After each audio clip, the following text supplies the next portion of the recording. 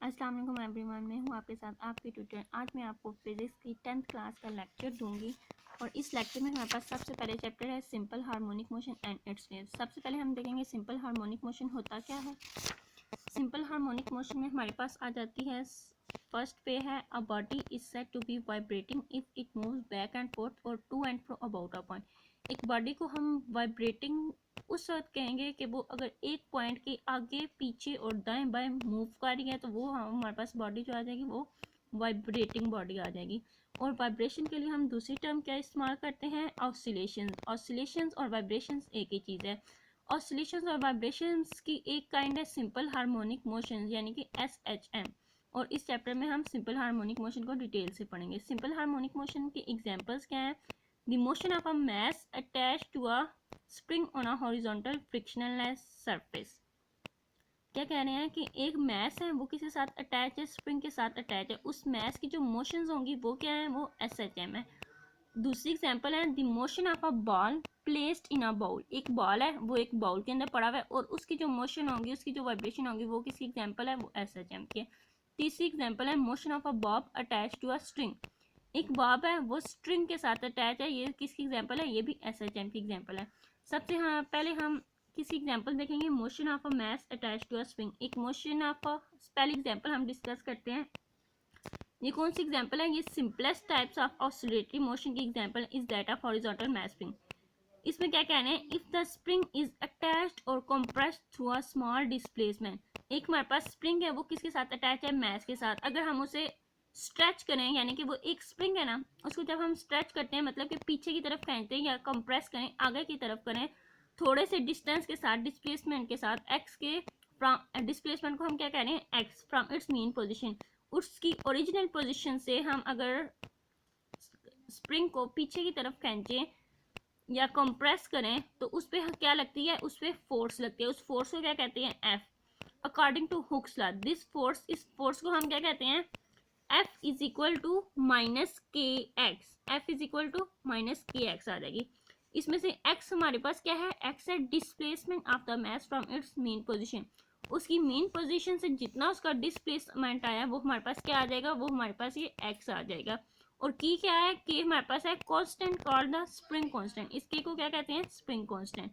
और के को हम कैसे डिफाइन करेंगे, के को अगर हमने वैल्यू निकालनी हो तो ये ऊपर वाले फार्मूले से हम क्या करेंगे, एक्स इधर मल्टीप्लाई हो रहा है, इक्वल के इधर आके आके डिवाइड हो जाएगा। जब ये डिवाइड हो जाएगा तो हम के की वैल्यू आराम से निकालेंगे। के की वैल्यू क्या आएगी, K is equal to minus F over X. इससे हम आराम से के की वैल्यू फाइंड आउट कर सकते हैं। के को डिफाइन कैसे करते हैं, द वैल्यू ऑफ के is a measure of the stiffness of the spring. अगर आपके पास एक स्प्रिंग है और उसके अंदर कितनी स्टिफनेस है, उस स्टिफनेस की मेजर करने को हम क्या कहते हैं, वो उसकी के की वैल्यू होती है। Stiff springs have large value of के। जितने ज्यादा स्प्रिंग स्टिफ होंगे मतलब कि उनमें सख्ती जो है ना वो ज्यादा होगी और उसकी वैल्यू के की उतनी बड़ी होगी। और जितने सॉफ्ट स्प्रिंग होंगे उनकी के की वैल्यू बहुत छोटी होगी। जैसे कि हमें पता है F is equal to, force किसके इक्वल है, mass over mass into acceleration. F is equal to ma। यहाँ पे इस F में ये वाली हम माइनस की एक्स की वैल्यू पुट करेंगे, ये माइनस की एक्स की वैल्यू पुट करेंगे तो हमारे पास आएगी minus K X is equal to ma। इधर से हमने क्या निकालना है, के की वैल्यू निकालनी है तो हम x इधर मल्टीप्लाई हो रहा है तो इधर आके क्या आ जाएगा, डिवाइड हो जाएगा और माइनस हम इधर ले आएंगे। जब हमने ये के की वैल्यू निकालनी है तो अगर हम इधर से एक्सेलरेशन की वैल्यू निकालें है तो a इधर है ना, x क्या हो रहा है, डिवाइड हो रहा है, इसके साथ आके क्या हो जाएगा, मल्टीप्लाई। मल्टीप्लाई हो जाएगा, इधर m है, m क्या हो रहा है, के साथ मल्टीप्लाई हो रहा है तो इधर आके क्या हो जाएगा, डिवाइड हो जाएगा। तो हमारे पास ये वाली इक्वेशन बन जाएगी। जब हमारे पास ये इक्वेशन बन जाएगी तो हम कह सकते हैं कि एक्सेलरेशन जो है वो डायरेक्टली प्रोपोर्शनल है डिस्प्लेसमेंट के। डायरेक्टली प्रोपोर्शनल क्या से आएंगे, के ओवर एम जो है ना ये कांस्टेंट है, इस कांस्टेंट को खत्म करेंगे तो हमारे पास क्या आ जाएगा, डायरेक्टली प्रोपोर्शनल का साइन आ जाएगा। इस साइन को क्या कहते हैं, डायरेक्टली प्रोपोर्शनल।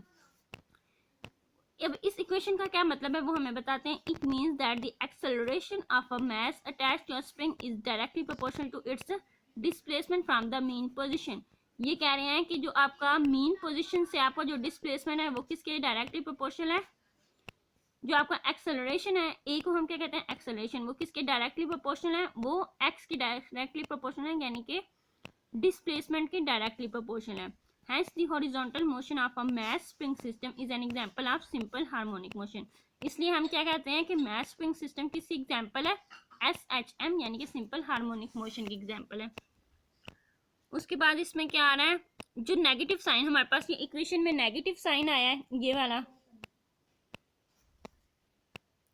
वाला जो हमारे पास नेगेटिव साइन है, ये वाला नेगेटिव साइन, ये किस चीज को इंडिकेट कर रहा है? ये इंडिकेट कर रहा है means that the force exerted by the spring is always directed opposite to the displacement. ये क्या कह रहा है, ये साइन जो है ये किसको शो करता है? ऑपोजिशन को शो करता है। मतलब कि जो हम फोर्स हम उस मैस पे लगा रहे हैं वो हम किसके ऑपोजिट लगा रहे हैं? वो हम डिस्प्लेसमेंट के ऑपोजिट लगा रहे हैं। Because the spring force always act toward the mean position. जो स्प्रिंग फोर्स होती है वो किसी तरफ एक्ट करती है? मीन पोजिशन की तरफ एक्ट करती है। और इसे हम क्या कहते हैं? रिस्टोरिंग फोर्स कहते हैं। इस फोर्स को हम क्या कहते हैं? रिस्टोरिंग फोर्स कहते हैं। रिस्टोरिंग फोर्स होती क्या है, इसको हम कैसे डिफाइन करेंगे? ये जो है ना, ये रिस्टोरिंग फोर्स की डेफिनेशन है। क्या है? अ रिस्टोरिंग फोर्स ऑलवेज पुशेस और पुल्स द ऑब्जेक्ट। क्या करती है ये? या तो पुश करती है या पुल्स करती है। The object performing oscillatory motion. किसको पुश या पुल करती है? ऑसिलेटरी मोशन को या वाइब्रेटरी मोशन को टुवर्ड द मीन पोजीशन। ऐसे मैस को, ऐसे ऑब्जेक्ट को ये पुश करेगी या पुल करेगी जो कि वाइब्रेशन शो कर रही होगी। अगर हम इसमें इस पैराग्राफ में आ जाएं तो देखें, initially the mass m is at rest. साथ इस डायग्राम को देखें। अगर हम इस डायग्राम को देखें तो ये जो है ना, ये मैस है, ठीक है। इनिशियली देखो तो ये एक रेस्ट पे स्प्रिंग खींचने से पहले ये वाला जो मैस है ना, ये हमारे पास रेस्ट पे स्प्रिंग स्ट्रेच करने से पहले या कंप्रेस करने से पहले ये, तो इसकी मेन पोजीशन क्या होगी? इसकी मेन पोजीशन है O एंड द रिजल्टेंट। और इसके ऊपर फोर्स कौन से एक्ट कर रही है? जीरो एक्ट कर रही है, क्योंकि अभी हमने इसको स्ट्रेच ही नहीं किया। Suppose the mass is pulled through a distance. Suppose करें कि हम उसको मैस को है जो स्प्रिंग है उसको खींचते हैं कितने डिस्टेंस से? x डिस्टेंस से up to the extreme position A। उसकी एक्सट्रीम पोजीशन A ये देखें, यहाँ से अगर हम ये पहले इधर था, इसको हमने इधर से खींचा, ये A आ गया।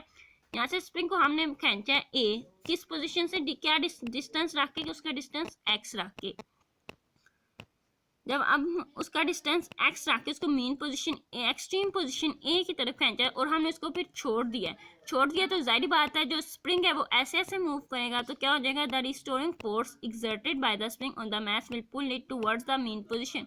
जब स्प्रिंग ऐसे मूव करेगा तो वो एक जगह पे आके उसको उसकी मेन पोजीशन पे वापस ले आएगा। उसकी मेन पोजीशन क्या थी? O।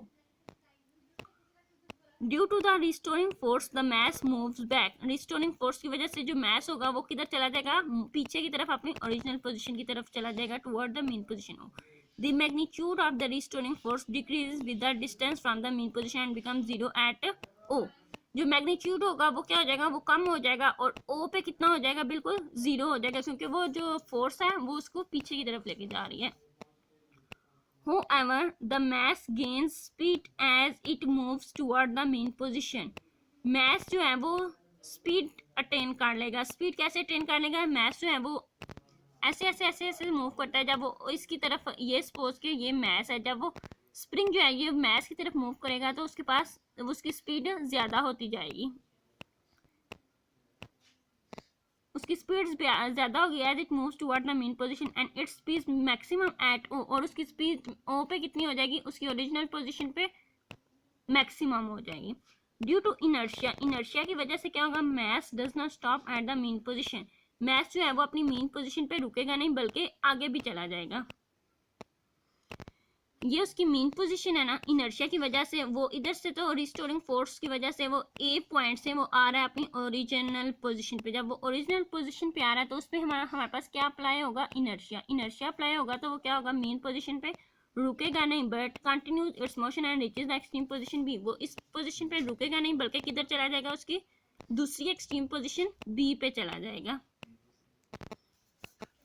As the mass moves from the mean position O to the extreme position B।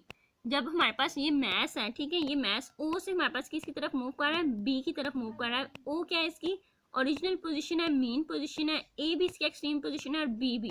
ए से वो रिस्टोरिंग फोर्स की वजह से ओरिजिनल पोजीशन पे मेन पोजीशन पे आया और मेन पोजीशन में वो इनर्शिया की वजह से किस पोजीशन पे गया है, एक्सट्रीम पोजीशन बी पे गया है, किसकी वजह से, इनर्शिया की वजह से। जब वो बी पे गया है, the restoring force acting on it toward the mean position steadily increasing, तो रिस्टोरिंग जब वो बी पे जाएगा तो उसकी रिस्टोरिंग फोर्स क्या हो जाएगी, वो ऑटोमेटिकली ज्यादा हो जाएगी। Hence the speed of the mass decreases as it moves toward the extreme position, तो mass की क्या हो जाएगी, स्पीड है वो कम हो जाएगी। जबकि A में जब mass आ रहा था तो उसकी mass की स्पीड जो है ना, स्पीड वो ज्यादा हो रही थी, लेकिन जब mass B की तरफ जाएगा तो उसकी स्पीड कम हो जाएगी। The mass finally comes briefly to rest at the extreme position, mass जो है वो कब रेस्ट पे आएगा, एक्सट्रीम पोजीशन बी पे रेस्ट पे आ जाएगा। Ultimately the mass returns to the mean position due to, और बी से वो वापस किधर आ जाएगा, ये बी पे है वो यहाँ पे आ गया, आहिस्ता आहिस्ता स्लो होगा, स्लो होके आहिस्ता आहिस्ता वो ओरिजिनल पोजीशन अपनी मेन पोजीशन ओ पे आ जाएगा। किसकी वजह से ओ पे आएगा, वो इस रिस्टोरिंग फोर्स की वजह से ओ पे आएगा, ये रिस्टोरिंग फोर्स की वजह से वो वापस अपने मेन पोजीशन पे आ जाएगा। इसी तरह ये प्रोसेस रिपीट होता रहेगा and the mass continues to oscillate back and forth, और मैस क्या होगा, बैक एंड फोर्थ आगे पीछे मूव करता रहेगा, वाइब्रेट करता रहेगा अबाउट इट्स मेन पोजीशन, अपनी एक मेन पोजीशन पे बैक एंड फोर्थ आगे पीछे मूव करता रहेगा। Such motion of mass attach to a spring on a horizontal frictionless surface known as, इस मोशन को हम क्या कहते हैं, simple harmonic motion. The time period T, time period को किससे शो कर रहे हैं, कैपिटल टी से, of a simple harmonic motion S H M of a mass m, mass क्या है स्मॉल एम और टाइम पीरियड क्या है capital T, attach to spring given by capital T. हमने क्या टाइम पीरियड निकालना है तो इसका फार्मूला है capital T is equal to 2 pi under root M over K. इससे हम क्या निकाल सकते हैं, इससे हम निकाल सकते हैं टाइम पीरियड। आज का लेक्चर आपका इतना ही है, मेरे चैनल को सब्सक्राइब करना मत भूलिएगा। Thank you.